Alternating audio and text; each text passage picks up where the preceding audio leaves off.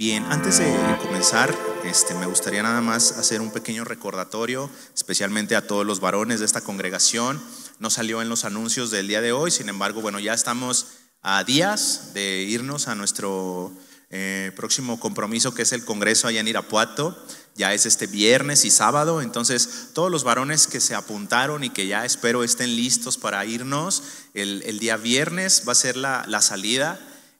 Ahí en el grupo de WhatsApp estaremos poniendo todas las indicaciones, pero pues tentativamente la salida va a ser entre 4 o 4:30 de la tarde. El punto de salida va a ser de ahí de Centro Max, para más rápidamente poder estar llegando directamente al Congreso ahí en Irapuato, ¿de acuerdo? Entonces ya estaremos poniendo ahí todos los pormenores, y a los que todavía estén pendientes de liquidar el boleto y el tema del hospedaje, por favor el día de hoy acérquense con un servidor, con Edgar, para que ya faltan poquitos realmente por liquidar. Muchos ya terminaron de pagar, entonces por favor el día de hoy si se pueden acercar con nosotros para liquidar y pues ya estar completos, ¿sale? Y les recuerdo también, todos los días lunes a las 5:15 de la mañana los esperamos, varones, en nuestra reunión de oración virtual, ¿sale? Para que se estén conectando allí muy puntuales. Bien, ahora sí vamos a comenzar, si me lo permiten, y bueno, esta mañana vamos a darle continuidad a lo que hemos estado compartiendo en las últimas semanas. ¿Se acuerdan de qué hemos estado hablando? El reino, es correcto. Hemos estado hablando y se nos ha estado compartiendo mucho sobre el reino de los cielos. Incluso en los altares se ha estado compartiendo mucho el tema del reino. Y hoy vamos a continuar hablando sobre esto. Y el tema de esta mañana está titulado como Padre Nuestro, Gobierno y Autoridad. Entonces ya más o menos sabrán de qué vamos a estar hablando, ¿de acuerdo? Padre Nuestro, Gobierno y Autoridad. Entonces, primero que nada me gustaría hacerles una pregunta a cada uno de ustedes esta mañana y que cada quien se conteste de forma personal, muy honesta, individualmente, esta siguiente pregunta, que es: ¿quién te gobierna? Pregúntate a ti mismo: ¿quién me gobierna a mí? ¿Quién me gobierna? Existen distintos tipos de gobiernos, ¿no? Justo ahorita en México estamos comenzando con una nueva etapa, un nuevo proceso de gobierno, ahora con una nueva presidenta y existen infinidad de tipos de gobierno, ¿no? Hace muchos años existían pues los gobiernos monárquicos, donde había un rey, donde era un reinado y donde solamente se hacía lo que el rey decía. Ahora vivimos en una democracia en la cual pues existe un organismo y una estructura que se encarga de crear las leyes, de hacerlas valer, de ejecutarlas. Entonces ya no se centra el poder en una sola persona como a lo mejor en aquel entonces. Y así habrá distintos tipos de gobierno en muchas partes del mundo, ¿no? Hay incluso aldeas, o todavía aquí en México incluso se rigen muchas localidades o regiones por su ley de usos y costumbres y existen infinidad de tipos de gobierno. Sin embargo, como nosotros hemos estado aprendiendo en las últimas 2 semanas, nosotros pertenecemos a un reino, el cual es el reino de los cielos, y se nos ha instruido y nos han enseñado que en el reino de los cielos solamente existe un rey, que es Dios, y nadie más. No es una democracia, no es una estructura de gobierno en el cual Dios se apoye con alguien más para que le ayude a gobernar, sino que Él solo ejerce su dominio y su gobierno sobre todos los que pertenecemos a este gobierno, ¿de acuerdo? Ahora, la palabra gobierno, si nos vamos a la etimología, a la raíz de donde proviene la palabra gobierno, encontraremos que la palabra gobierno proviene del griego Kibernón, que significa en su original pilotar un barco. Ellos utilizaban la palabra Kibernón como un sinónimo de dirigir o de llevar o conducir un barco, ¿de acuerdo? Posteriormente esta palabra evolucionó y en el latín se llamó, o le empezaron a llamar, gubernare, que tiene ya un significado mucho más parecido al que hoy conocemos, que significa dirigir, significa guiar, significa mandar con autoridad. Ese es el origen de la palabra gobierno. Todo comenzó con una palabra en la cual era una acción de llevar la dirección de un barco, y posteriormente se le nombró la palabra gobierno a la acción o al acto de dirigir, de guiar y de mandar con autoridad. Entonces ahorita yo les hacía una pregunta y les decía, ¿quién gobierna tu vida? ¿Quién es el que está dirigiendo tu vida esta mañana? Contéstate esta pregunta. ¿Quién está guiando tu vida? ¿Quién manda con autoridad sobre tu vida? ¿De acuerdo? Muchos instintivamente e instantáneamente seguramente contestaremos, Dios. Dios es el que gobierna mi vida, Dios es el que rige mi vida. Pero vamos a ver si realmente Dios es el que está llevando mi vida de la forma como dice la palabra gobierno. Si Él está de verdad dirigiendo mis pasos, si Él de verdad está guiando mi andar y si Él de verdad manda con autoridad sobre mi vida, o solamente le permito que haga ciertas cosas en mi vida y no le doy la autoridad total sobre mi corazón. Cuando somos gobernados por Dios, el hacer su voluntad debería de ser nuestro más grande deseo. Voy a repetir esta frase. Cuando somos gobernados por Dios, el hacer su voluntad es nuestro más grande deseo. Entonces aquí nos da una pequeña pista para saber si realmente Dios está gobernando mi vida. Existe un fuego, un anhelo en mi corazón por hacer su voluntad, o me cuesta trabajo hacer su voluntad. Y ahí encontraremos una pequeña dirección sobre entonces quién está gobernando mi vida. Repito, cuando decimos que Dios gobierna mi vida, a mí no me debería de costar trabajo hacer lo que Él me pide hacer. ¿Estás de acuerdo? Pero sin embargo, cuando entra el problema, el conflicto de decir, ay, es que esto no puedo, esto me cuesta mucho trabajo, esto no lo he podido hacer, por más que quiero, por más que lo intento, me cuesta trabajo. Entonces tal vez no hemos rendido o no hemos aceptado toda la autoridad de Dios sobre mi vida, porque de otra forma no me costaría trabajo obedecer y hacer su voluntad sobre mi vida, porque entendemos que su voluntad es perfecta. Cuando entendemos que su voluntad es perfecta, entonces no nos costaría trabajo hacer algo que tal vez para nuestros ojos humanos es contrario a mi bienestar. Cuando Jesús dice, sígueme y deja todo por mí, humanamente nosotros podremos decir, ¿cómo voy a dejar mi trabajo? ¿Cómo voy a dejar mi casa? ¿Cómo voy a dejar a mi esposa? ¿Cómo voy a dejar a mis hijos? Pero si nosotros confiamos plenamente en la palabra de Jesús y Jesús un día me dice, deja todo y sígueme, ¿seré capaz de atender ese llamado? ¿Seré capaz de verdad dejar todo cuanto tengo o cuanto poseo por seguirle a Él? Son preguntas sin duda difíciles de contestar. Son preguntas que tal vez hasta que no estuviéramos en una posición así podríamos decir realmente qué haríamos. Pero son cosas o situaciones que Dios en nuestro caminar, en nuestro andar, nos va a ir poniendo, no sé si pruebas, pero se irán presentando delante de nosotros circunstancias que probarán nuestra fe y que nos harán a nosotros mismos discernir cómo reaccioné ante determinada situación y si de verdad hice conforme la autoridad de Dios. Caminar, la gran mayoría, en un caminar cristiano en el cual algunos tenemos tal vez meses, tal vez años, algunos muchos años, algunos toda su vida. Y sin duda todos podremos dar testimonio de circunstancias que se han presentado delante de mí en las cuales me ha costado trabajo tomar una decisión. Sin embargo, de acuerdo a lo que estamos ahorita aprendiendo, si la autoridad de Dios de verdad está sobre mí, no me debería de costar trabajo hacer su voluntad. ¿De acuerdo? El pueblo de Israel, si vemos algunos ejemplos, el pueblo de Israel era el pueblo o es el pueblo escogido por Dios. Dios escogió a su pueblo Israel como sus hijos.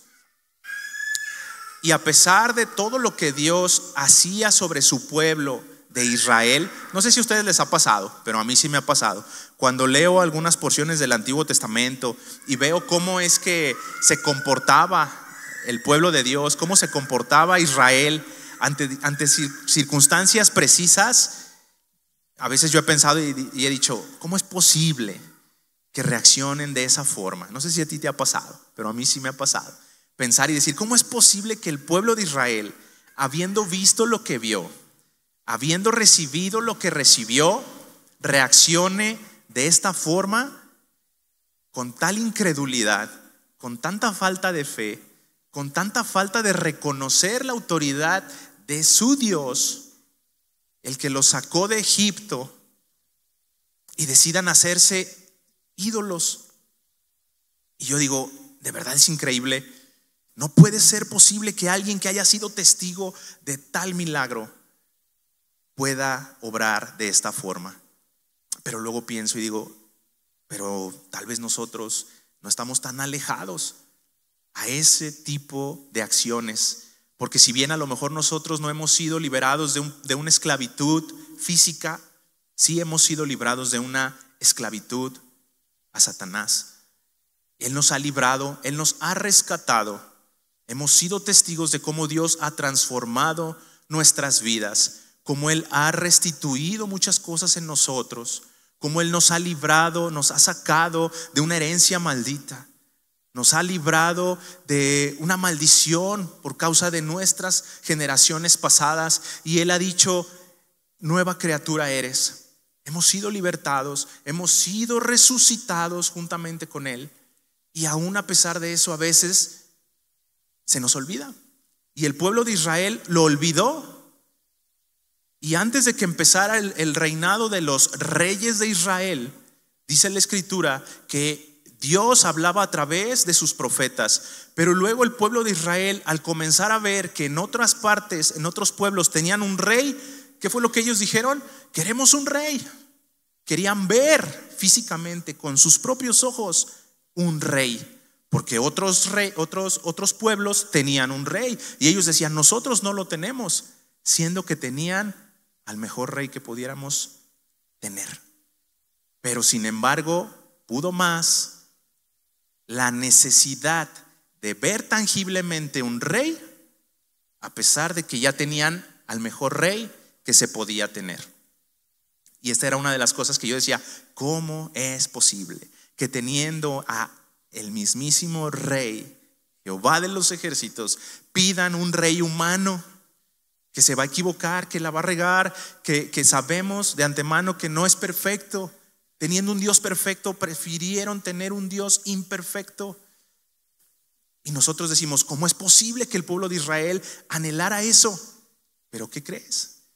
Que a veces nosotros, si bien ahora no pedimos un rey físicamente, pero sí nos hacemos de cosas tangibles, palpables, que podamos ver para depender de esas cosas. Porque al rey de reyes, a nuestro Señor de señores, no lo vemos físicamente, y necesitamos tener algo tangible, algo palpable. Y entonces es cuando nuestro Señor nos ha prometido cosas, pero decimos, no, pero ¿qué va a pasar mañana? Necesito trabajar, necesito esforzarme, necesito hacer esto, necesito hacer aquello, necesito hacer lo otro. Evidentemente no es malo trabajar.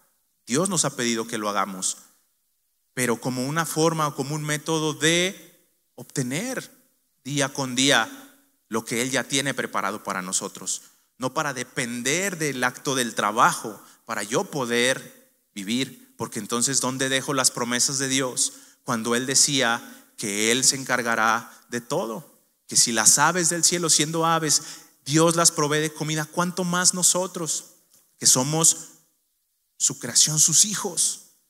Él se preocupará de todo. Pero sin embargo nosotros nos olvidamos a veces de eso y preferimos confiar en nuestras capacidades, en nuestras habilidades, en lo que yo tengo que hacer, en lo que yo me tengo que esforzar. Creemos que dependemos de nosotros mismos para poder estar bien, y se nos olvida que somos dependientes completamente de Él, que en esta nueva vida hemos sido crucificados con Él y que ahora Él vive en nosotros. Antes de la venida de Jesús, Dios no vivía, Cristo Jesús no vivía en ellos. Dice la Escritura, cuando Adán y Eva fueron creados por Dios, que Él vivía con ellos. Dios moraba y descendía y andaba en el huerto del Edén y vivía con ellos. Y después, a raíz del pecado, se separó, se apartó, y ahora solamente Dios podía tener comunión con ellos a través de ciertos requisitos y de ciertos sacrificios, en el cual el sumo sacerdote tenía que hacer un sacrificio para que el pueblo de Dios, sus pecados fueran perdonados por el tiempo de un año, y cada año tenían que estar expiando sus pecados por causa de tener comunión con el Padre. Pero después de la cruz, y cuando Jesús vino y murió y resucitó, ya no es necesario más el sacrificio. Ahora Cristo Jesús mora en nosotros. Jesús mora en ti y en mí. Es por eso que ya debemos dejar de pensar que nosotros estamos solos. Debemos dejar de pensar que necesitamos esforzarnos y hacer tal o cual cosa para que entonces se cumplan las promesas de Dios. Porque solo una cosa debemos hacer, y Él lo dijo en su palabra: buscar primeramente el reino. Buscar primeramente el reino. Pero a veces buscar el reino lo hacemos hasta el final, cuando ya intentamos hacer 1, 2, 3, 4, 5, 6, 7 cosas que no me funcionaron. Y entonces ahora sí, con el agua hasta acá: Señor, Señor, te necesito. Es necesario que entendamos y reconozcamos que nuevas criaturas somos y que Jesús vive en mí. Jesús vive en mí. Ya no vivo yo. Escucha, ya no te cuesta trabajo lidiar con el pecado. Ya no, porque Jesús está en ti. Él vive y mora en ti. ¿Tú crees que Jesús va a pecar? Él no peca. Él es perfecto, sin mancha. Pero nuestra carnalidad, nuestra debilidad, nuestra falta de fe nos hace creer que necesitamos esforzarnos y hacer cosas para ganar la salvación, para ganar la perfección. Y no es así. Ese es el enemigo queriéndonos engañar, y es la forma en cómo nos tiene atados de manos y de pies, pensando que no somos merecedores de la gracia del Padre, porque somos pecadores, porque somos malos. No perteneces más tú en ti mismo. El que mora en ti ahora es Cristo Jesús. El pueblo de Israel decía que amaba a Dios, pero sin embargo, si vemos, ayúdenme por favor a buscar en sus Biblias Isaías capítulo 29, el versículo 13.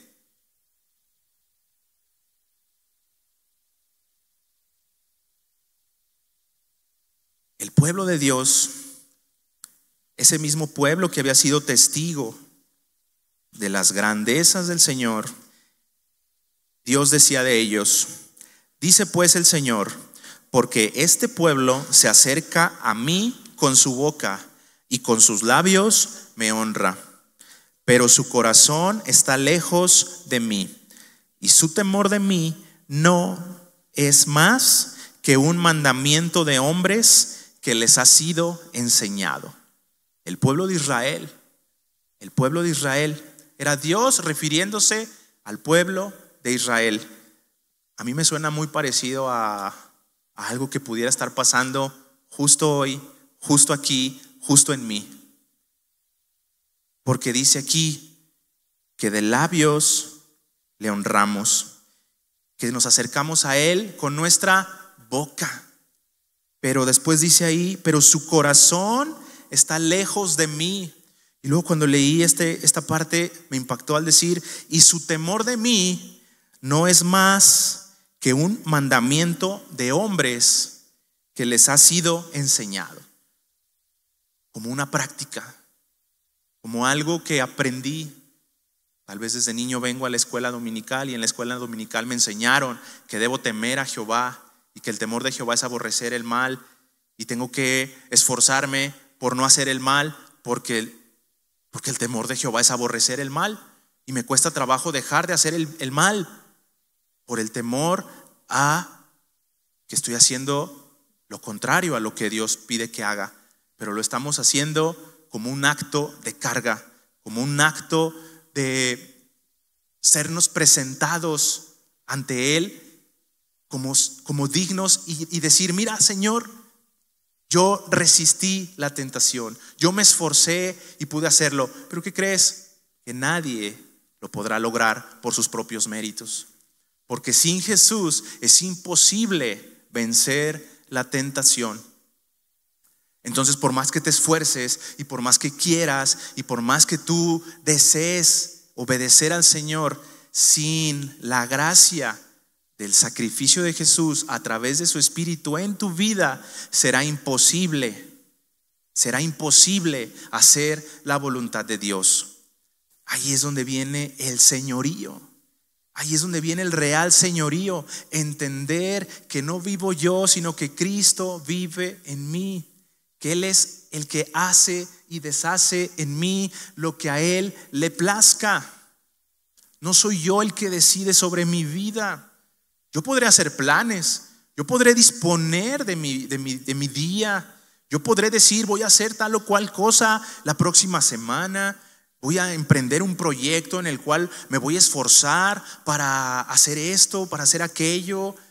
Pero ¿de verdad estamos poniendo primero en manos de Dios ese proyecto y ese plan? ¿O lo estoy haciendo yo pensando que como soy hijo de Dios, Él me va a respaldar? Ya no vivo yo, Cristo vive en mí. ¿De verdad será la voluntad de Dios hacer lo que estás pensando hacer? ¿Siquiera le hemos preguntado antes? ¿Por qué no lo hacemos a veces? Porque seguimos creyendo que yo me gobierno solo, en mi autosuficiencia, en mis capacidades, en lo que yo he aprendido, en lo que yo sé. Incluso hasta en el ministerio. Yo te he servido, Señor. Yo he hecho esto por ti. Yo he compartido ante multitudes. Gracias a mí, a mi testimonio, personas han venido a Cristo. Espérate poquito. Es Cristo Jesús obrando y haciendo su voluntad, y nosotros simplemente siendo usados y nada más. Ningún mérito hay en lo que podamos hacer. Nada merecemos. Nada merecemos. Si algo tenemos, es por su gracia. Si algo poseemos hoy, es por su gracia. Si Él ha permitido que podamos llegar a algún lugar, cumplir algún proyecto, es por su gracia. Nada más. No es por mí. No es por mí. Yo a veces digo: ¿por qué el pastor me pide predicar? Tan imperfecto que soy, con tantos errores, y es una gran responsabilidad. Pero no es por mí. No soy yo el que habla. Es Cristo Jesús haciendo su obra y perfeccionándose en cada uno de nosotros. Entonces dejemos de creer que yo necesito cargar un peso para llegar a la estatura del varón perfecto. Lo único que tienes que hacer es buscar el reino de Dios y su justicia, y todo lo demás vendrá por añadidura. Amén. Ahora, como seres humanos, es muy común que nos importen y nos fijamos mucho en lo que dicen los demás. ¿Cierto o no es cierto? Siendo bien honestos. Muchas gracias, Pollito. No, a ustedes no. A ustedes no les importa el qué dirán. A veces, ¿va? Entonces, ¿por qué no se vienen con las peores garras que tienen? No, nos venimos con la mejor ropita que tenemos, ¿no? O en nuestro trabajo, o en nuestra escuela. ¿A poco no decimos: ay, qué irán a decir de mí? Seamos honestos. Como seres humanos. Y si bien el entendimiento de Cristo abre nuestros ojos y nos ayuda a entender muchas cosas, nuestra humanidad nos jala y nos llama, gracias, Purito, nos llama a querer agradar a otras personas, a querer tener una apariencia, a querer que los demás vean y digan: wow, mira, él es el más inteligente, es el más guapo o la más guapa, es el más rico. Y a quien no le gusta en la humanidad que te reconozcan y que te digan. Pero qué maravilloso sería que ese deseo incesante de saber qué dicen los demás fuera el mismo que tuviéramos por querer saber qué dice Dios de mí. Así como muchas veces nos preocupamos por qué dirán de mí, qué irán a pensar de mí. Si yo hago esto, ¿qué van a pensar? En lugar de pensar eso, que mejor dijéramos, ¿y qué va a pensar Dios? Si yo hago esto, ¿qué va a pensar Dios? Si yo me junto con tal persona, ¿qué va a pensar Dios? Si yo veo tal cosa, ¿qué va a pensar Dios? Si yo digo tal cosa, ¿qué va a pensar Dios? Porque ¿qué crees? Dios nos ve en todos lados. Si hay alguien de quien no nos podremos ocultar, es de Él. A las personas las podremos engañar y hasta cierto punto fácilmente. Es fácil engañar a alguien, pero a Dios jamás se le podrá engañar. Él es el único que está siempre atento a lo que estamos haciendo. Y es a Él al que deberíamos de preocuparnos por qué pensará Él de mí. ¿Qué va a pensar Él de mí?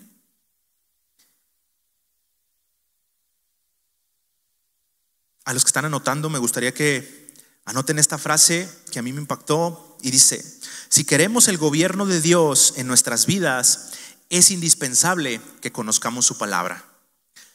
Si queremos el gobierno de Dios en nuestras vidas, es indispensable que conozcamos su palabra.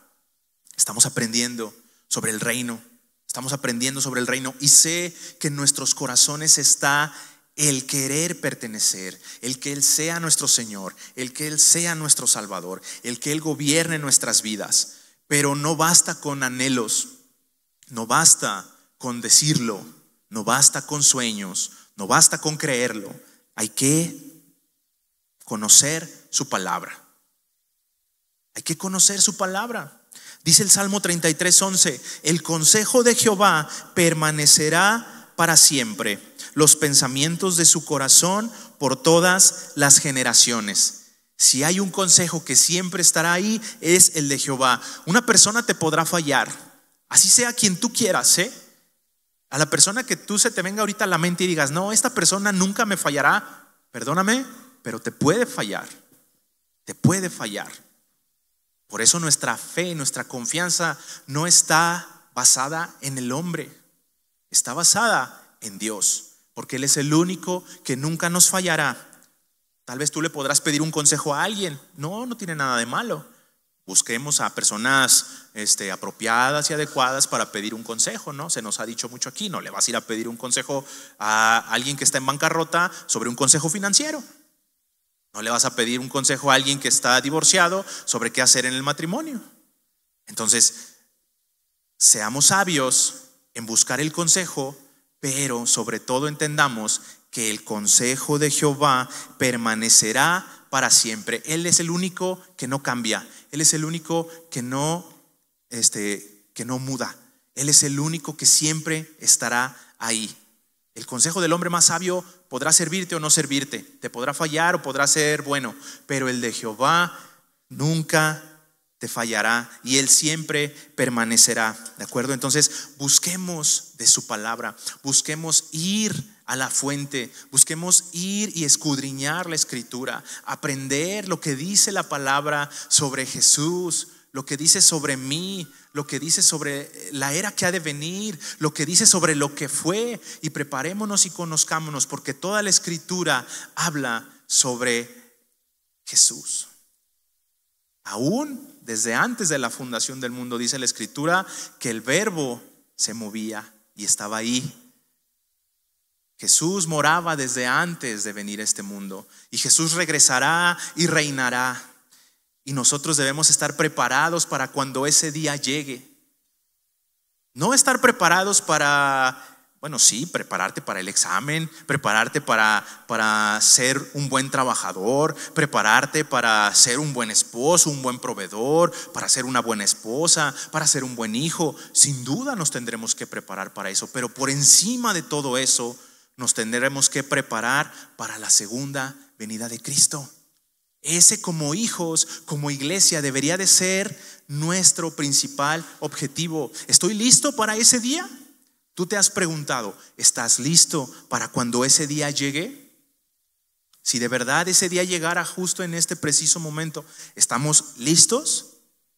Porque como dice la parábola de las vírgenes, habrá quien esté y quien no esté listo. Y ya no habrá chance para decir, espérame poquito. Tendremos que estar preparados, velando para cuando ese día llegue. Porque reconocemos que el Rey vendrá a reinar. Porque dice la palabra que Él vendrá y gobernará sobre la tierra. Entonces, estemos listos, estemos preparados para cuando ese día llegue y que estemos anhelando que ese día llegue como iglesia, que sea nuestro objetivo, que sea nuestra meta, estar listos, estar preparados para que el día del Señor, el día que Él venga y gobierne sobre nosotros podamos estar allí gobernando juntamente con Él, como dicen sus promesas. Ahora el tema, como yo les decía, se titula Padre Nuestro, Gobierno y Autoridad. Hemos estado hablando mucho sobre la autoridad y el gobierno de Dios, pero esa autoridad y Él, ese Rey, también es nuestro Padre. No es un rey ajeno a tus necesidades, no es un rey déspota, no es un rey que se pierde entre la multitud de súbditos que tiene. Él es un Padre que está atento y al pendiente de las necesidades de tus hijos. Tú como papá podrás tener 1, 2, 3, 4 hijos, los que Dios te haya dado o los que hayas decidido tener, pero estás atento, espero, a todos, ¿cierto o no? Tú sabes cómo se llama cada uno de ellos, tú sabes cuál es la comida favorita de cada uno de ellos, tú sabes qué le gusta, qué no le gusta, sabes cuándo es su cumpleaños. ¿Sí saben, papás, sobre todo los papás, la fecha de cumpleaños de sus hijos? Espero que sí, espero que sí. Ese mismo, si nosotros siendo malos sabemos de nuestros hijos sus necesidades, ¿tú no crees que nuestro Señor sabe de ti lo que te gusta, lo que no te gusta? ¿No crees que Él está preparando lo mejor para ti como su hijo? ¿A poco como papás no nos gusta ver a nuestros hijos triunfar, desarrollarse, que Dios venga y los use y que Dios haga su obra y se perfeccione en ellos? Siendo malos lo hacemos, ¿cuánto más nuestro Padre que está en el cielo anhela lo mejor para ti y para mí, para cada uno de nosotros? Él está ahí.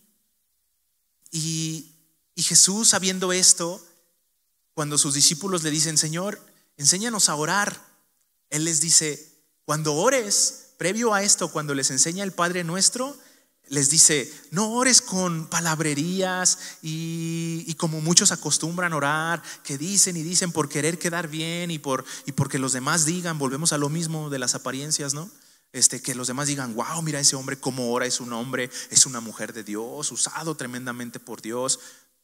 Jesús les dice, no, mira, no hace falta tanto. Cuando ores al Padre, ora así. Y les enseñó el Padre Nuestro. Vamos a buscar, por favor, en sus Biblias Mateo 6. Mateo 6, capítulo 6, versículos 9 al 13. Y vamos a desmenuzar un poquito, poco a poco, sobre esta oración, ¿no? Que todos conocemos. Todos nos las sabemos de memoria. El domingo pasado incluso hasta la dijimos en voz alta toda la congregación. Y hoy vamos a analizar poco a poco qué dice el Padre Nuestro, ¿no? Y lo primero que tenemos que entender, como nos compartían también la semana pasada, es que lo primero que Jesús dice en el Padre Nuestro es: Padre nuestro que estás en los cielos, santificado sea tu nombre. Lo primero que hace Jesús y que le pide a sus discípulos que aprendan, y que hoy a nosotros nos pide aprender, es: antes que cualquier otra cosa, primero reconoce la persona de Dios. Y dice ahí: Padre nuestro que estás en los cielos, santificado sea tu nombre. ¿Nosotros lo santificamos por causa de nuestra oración? No es que con tu oración, cuando tú dices santificado sea tu nombre, ya hice santo al Señor. No, es que reconocemos la santidad de Dios. Por eso nos dirigimos a Él. Por eso nuestras oraciones van solo a Él. Por eso no le oramos a nadie más. Por eso no le pedimos a nadie más que interceda. Bueno, a Jesús, pero pues al final es Dios. Y dice, y Padre nuestro que estás en los cielos, santificado sea tu nombre. El Salmo 99:9 dice, exaltad a Jehová nuestro Dios y postraos ante su santo monte, porque Jehová nuestro Dios es santo. Santo, santo, santo. Él es el único santo. Es a Él al que podremos reconocer como el único digno de nuestra alabanza y nuestra adoración y nuestra oración. Solo a Él le podemos pedir, solo a Él podemos reconocer como el único que puede obrar sobre nuestras vidas. Después, como segunda parte del Padre Nuestro, dice, venga tu reino y hágase tu voluntad, como en el cielo, así también en la tierra. Cuando decimos venga tu reino, estamos haciendo una declaración de pedirle al Señor que venga y gobierne sobre mi vida. Pero también es una profecía de lo que vendrá, porque el gobierno de Jesús vendrá. Y entonces se cumplirá esta promesa donde dice que hágase tu voluntad, así como se hace hoy en el cielo, así mismo se hará aquí en la tierra. Cuando ese día llegue, cuando Jesús descienda y gobierne, su autoridad será sobre este lugar. Él gobernará y nadie más, ningún otro trono se levantará por encima del trono de Jesucristo. Pero no es necesario esperar hasta que ese día llegue para que el gobierno del Señor sea sobre mi vida, porque nosotros, como el cuerpo de la iglesia, pertenecemos a ese reino. Y a través de esta oración le pedimos al Padre que su reino venga a mí, que venga su reino y que se haga su voluntad sobre mi vida. Es reconocer que no se haga mi voluntad sino la suya. Por eso cuando oramos o cuando oremos, hagámoslo con ese entendimiento, con esa conciencia, con esa convicción de lo que estamos diciendo. No oremos por orar, porque ¿de qué caso tiene? Cuando tú estás hablando con alguien y ves que empieza a divagar y que empieza a decir otras cosas, inmediatamente te das cuenta que ya lo perdiste, ya no te está poniendo atención. Ya lo que estás hablando con esa persona, ya quién sabe, él está pensando en otra cosa, ya está pensando en las deudas, ya está pensando en qué voy a hacer mañana, ya está pensando en eso. Yo creo que le pasa mucho a las esposas con nosotros, ¿verdad? Que nos empiezan a platicar y a decir cosas de cómo estuvo su día y nosotros por acá pensando otras cosas. Cámbiale. Entonces cuando oramos, no seamos así. No vayamos al Padre, ay Señor, gracias Padre por este día, gracias porque me amas, gracias por tu misericordia, bla, bla, bla, bla, amén. Ya oré, ya cumplí con mi dotación de oración del día. Por eso Jesús enseñaba y decía, cuando ores, ora así: venga tu reino y hágase tu voluntad como en el cielo, así también en la tierra. Y luego dice, el pan nuestro de cada día, dánoslo hoy.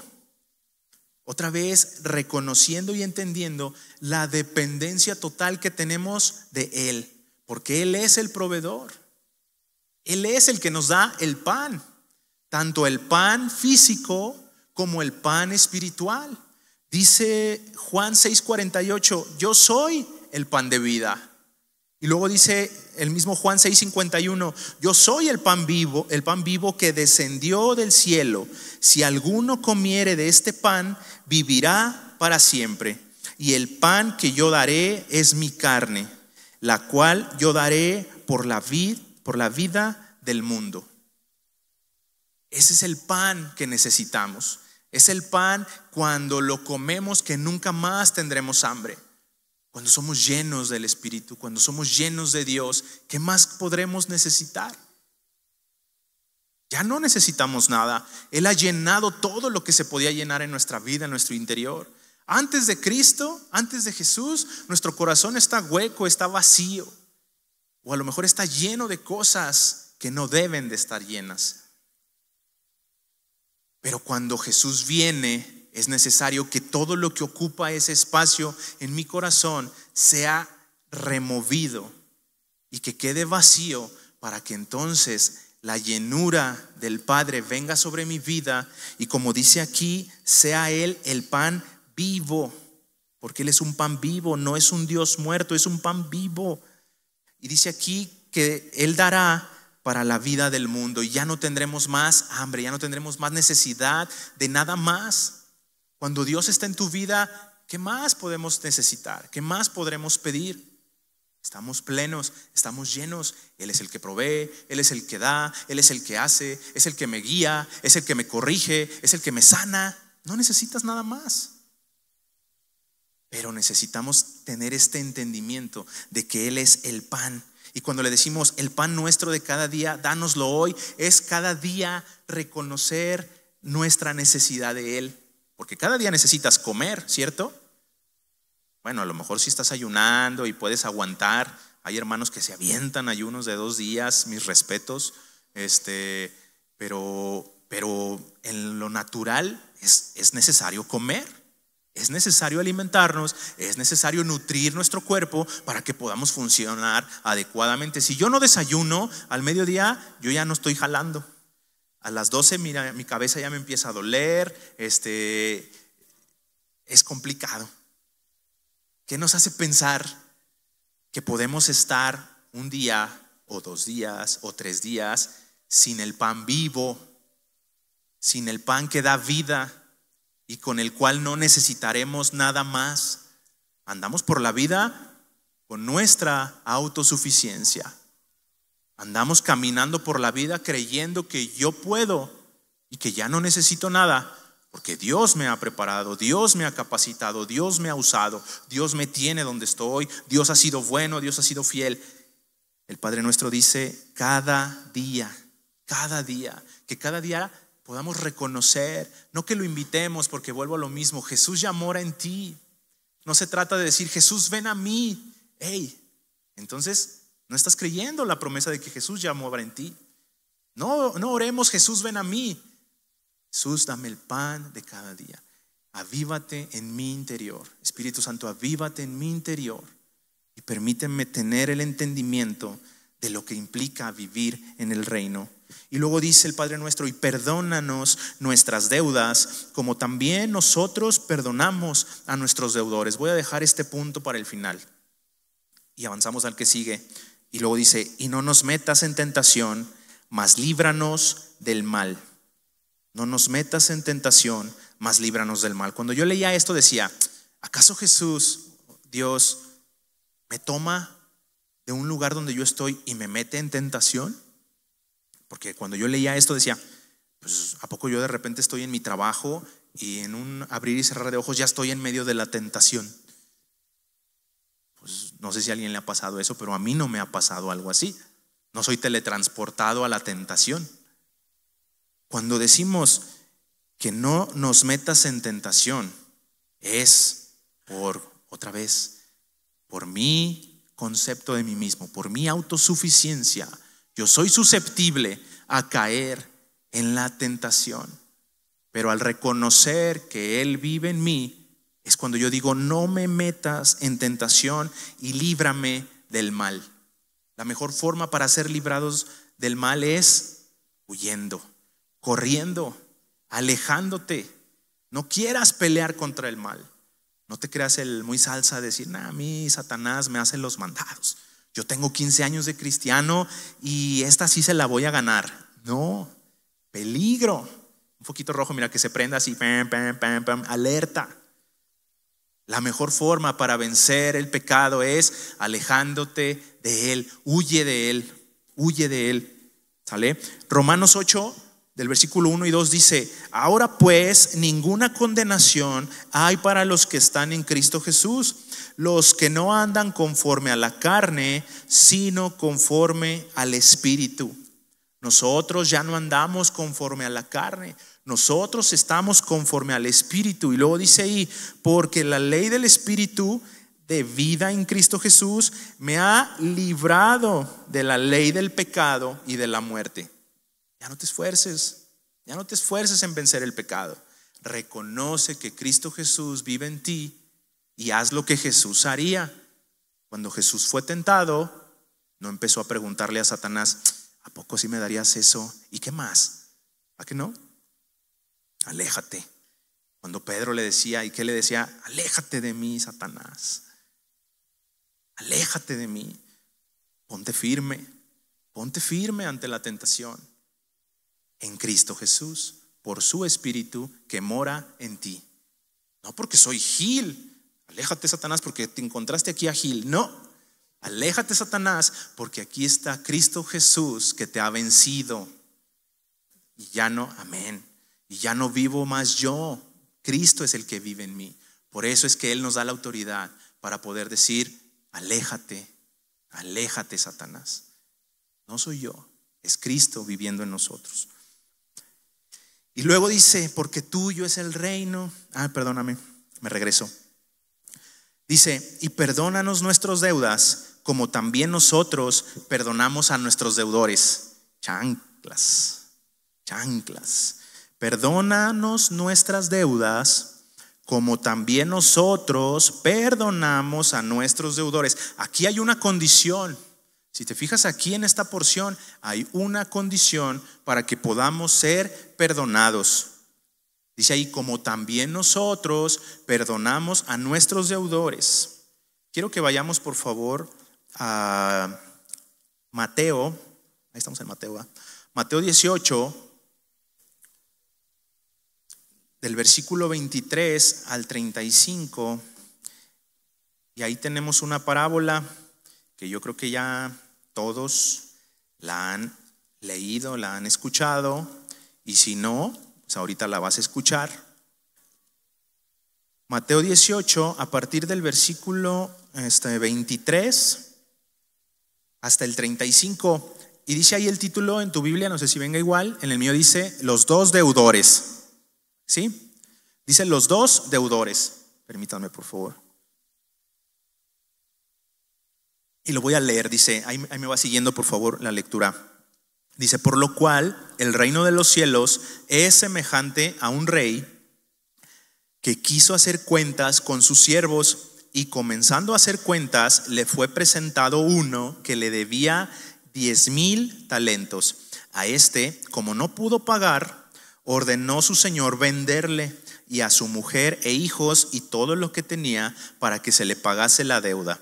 Entonces aquel siervo postrado le suplicaba diciendo, Señor, ten paciencia conmigo y yo te lo pagaré todo. El señor de aquel siervo, movido a misericordia, le soltó y le perdonó la deuda. Pero saliendo aquel siervo, halló a uno de sus consiervos que le debía 100 denarios, y haciendo de él, le ahogaba diciendo, págame lo que me debes. Entonces su consiervo, postrándose a sus pies, le rogaba diciendo, ten paciencia conmigo y yo te lo pagaré todo. Mas él no quiso, sino fue y le echó en la cárcel hasta que pagase la deuda. Viendo sus consiervos lo que pasaba, se entristecieron mucho y fueron y refirieron a su señor todo lo que había pasado. Entonces, llamándole su señor, le dijo, siervo malvado, toda aquella deuda te perdoné porque me rogaste. ¿No debías tú también tener misericordia de tu consiervo, como yo tuve misericordia de ti? Entonces su señor, enojado, le entregó a los verdugos hasta que pagase todo lo que debía. Así también mi Padre Celestial hará con vosotros si no perdonáis de todo corazón cada uno a su hermano sus ofensas. Híjole, sí, de no creerse, ¿no? De no creerse esta parábola. ¿Cómo es posible que alguien que ha sido perdonado de una deuda muchísimo más grande de la que tenía su deudor para con él, decide no perdonar? Y si analizamos esta parábola, dice ahí que el Señor le perdonó la deuda. Es decir, él clamaba por misericordia y le decía, dame tiempo. Ni siquiera le estaba diciendo, perdóname la deuda, ¿estás de acuerdo? Le decía, dame tiempo, yo te lo voy a pagar, pero dame tiempo. Le debía, fíjate nada más, 10,000 talentos. Investigando un poquito, un talento de aquel entonces era el equivalente a aproximadamente de 4,000 a 6,000 denarios. Un denario era el equivalente al pago de un día de trabajo. Entonces imagínate nada más, saca cuentas. Le debía 10,000 talentos. 10,000 por bajita la mano, 4,000, chorral, ¿no? O sea, yo creo que ni vendiéndolo a él, ni a su esposa, ni a sus hijos, ni todo lo que tenía, dice ahí, iba a terminar de pagar la deuda que tenía con su amo. O sea, era un mundo de deuda. Y luego después dice ahí que él le pedía misericordia y clamaba por misericordia para que le diera tiempo. O sea, él lo único que quería era tiempo, era aguántame, mira, así te voy a pagar. Ahorita ando corto, pero te voy a pagar. Y el amo, movido a misericordia, dijo: está bien, no me pagues, puedes irte, eres libre de tu deuda. O sea, si yo saliera es que de verdad, o sea, hago énfasis en la deuda. Era una deudototota, ni trabajando toda tu vida la pagabas. Y luego, él saliendo de ahí, se encuentra con uno de sus consiervos, con un siervo de él mismo, y le debía 100 denarios. O sea, no manches, perdón la expresión, era nada comparado con lo que le acababan de perdonar. No era nada. Y él dijo: no te perdono. Y lo metió a la cárcel. Él no pagó de la misma manera como había recibido. Él recibió gracia y misericordia y aplicó la ley. Él recibió gracia y aplicó la ley. Nosotros hemos recibido gracia. ¿Por qué? Hemos sido perdonados. Nuestros pecados han sido perdonados por causa de la muerte de Jesús. Y a veces nosotros no pagamos con gracia por una ofensa que me hace un hermano. Es que me vio mal. Es que ¿qué se cree este hermano, esta hermana? Es que ¿qué se cree mi vecino? Es que ¿qué se cree? ¿Por qué me hizo esto? Que no sabe quién soy yo. Y pagamos con ley cuando hemos recibido gracia. Y la deuda que tal vez alguien pueda tener conmigo no es nada comparado con la deuda que ya Cristo me perdonó. Porque Él no nos está dando chance de pagarle, ¿estás de acuerdo? Él no nos está juntando y contando cuántos pecados llevamos para decirnos: a ver, me debes tanto. Tus pecados han sido lavados, has sido perdonado. Vete, ya, eres libre. Y nosotros no aplicamos la gracia para con los demás. Y dice ahí al final que así también mi Padre Celestial hará con nosotros si no perdonamos de todo corazón, cada uno a su hermano sus ofensas. Entonces, y como dice el Padre nuestro, perdona nuestras deudas, así como nosotros perdonamos a los que nos ofenden. Es indispensable que en nosotros no haya falta de perdón para que podamos ser perdonados por nuestro Padre. Examínate a ti mismo, examina tu corazón y ve qué hay en él. Y si hay falta de perdón, aguas, esto es grave, porque entonces Dios no perdonará nuestros pecados por causa de que nosotros no perdonamos a los que nos ofenden. Aquí habla sobre ofensas, no perdonamos a los que nos agreden, a los que nos hacen cosas, a los que a nuestros ojos nos faltaron al respeto, nos dijeron, nos hicieron, nos humillaron, etcétera, etcétera. No ponle el nombre y el título que tú quieras, pero sea lo que sea que estuviera albergado hoy en tu corazón por falta de perdón hacia cualquier persona, yo te invito de verdad a que entendamos esta palabra y veamos que es mucho más grande la gracia que recibimos de Dios que ese sentimiento que lo único que hace es albergarse y crear raíces de amargura y odio en nuestro corazón, que lo único que provoca es que por dentro estemos podridos, que por dentro estemos rotos. Necesitamos liberar cualquier falta de perdón que pudiera haber en nuestro interior. Y por último, el Padre Jesús les dice a sus discípulos: porque tuyo es el reino y el poder y la gloria por todos los siglos. Amén. Nuevamente termina reconociendo que suyo es el reino, que suyo es el poder y que suya es la gloria por siempre. Su reinado no pasará. Estaremos allí por la eternidad. Esto que estamos viviendo hoy es nada. Comparado con la eternidad es nada. Dejemos de darle tanta importancia a lo que aquí pasa, a lo que aquí sucede, a lo que me dicen, a lo que hago, y enfócate más bien en el reino. En el reino. De verdad, esta porción es medular. Busca primeramente el reino de Dios y su justicia. Que se nos haga un hábito de todos los días buscar primeramente el reino de Dios y su justicia. Todos los días. ¿Te está yendo mal? Busca primeramente el reino de Dios y su justicia. ¿Te está yendo bien? Busca primeramente el reino de Dios y su justicia. No importa tu condición actual, busca primeramente el reino de Dios y su justicia, y todo lo demás será por añadidura. Y quiero terminar con una porción de ahí de la Biblia que me impactó mucho, que es el Salmo 32:8. Te voy a pedir por favor que me acompañes ahí a leer el Salmo 32:8, y con esto vamos a terminar. Hablábamos ahorita del perdón, ¿no? Y de perdonar, y que a través del perdón nuestros pecados serán perdonados. Y esta es una promesa que, si te soy honesto, yo no la había leído, o si la había leído no se había quedado grabada en mi corazón de la misma forma como se quedó grabada al estar preparando este tema. Y dice el Salmo 32:8: te haré entender y te enseñaré el camino en que debes andar. Sobre ti fijaré mis ojos. Este es un salmo en el cual David lo compuso posterior a un tiempo en el cual él se había arrepentido del pecado que había cometido.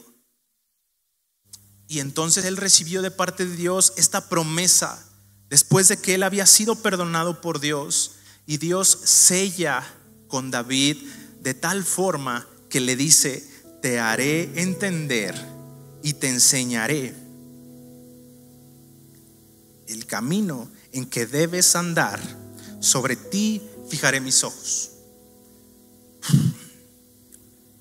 Él ha fijado sus ojos sobre ti.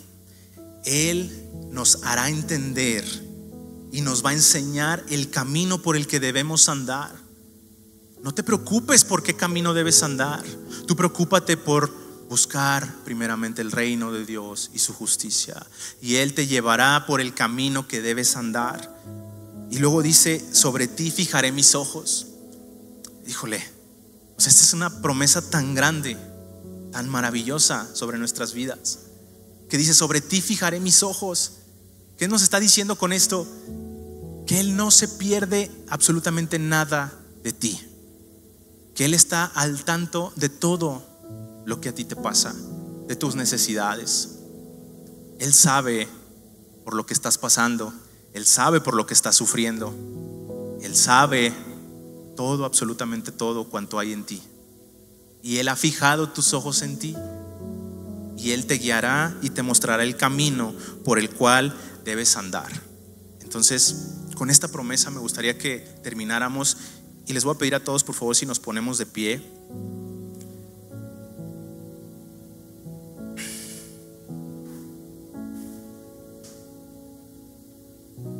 Y que podamos dar gracias al Señor por su misericordia.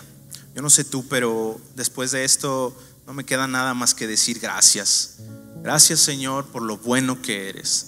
Gracias, Señor, porque a pesar de mi infidelidad, gracias, Señor, porque a pesar de mi incredulidad, gracias, Señor, porque a pesar de mi falta de perdón, tú me amas y me instruyes en lo que debo de hacer para encontrar el reino y que tu reino se establezca en mi vida. Y que hoy podamos irnos de aquí con ese anhelo incesante de que su reino sea establecido en tu corazón, en tu vida. Que ya no vivas más tú, sino que Cristo viva en ti. Que ya no tengas más temor. No debes de tener miedo. Hay circunstancias difíciles, claro que las hay, pero Él tiene el control de absolutamente todo, porque Él ha fijado sus ojos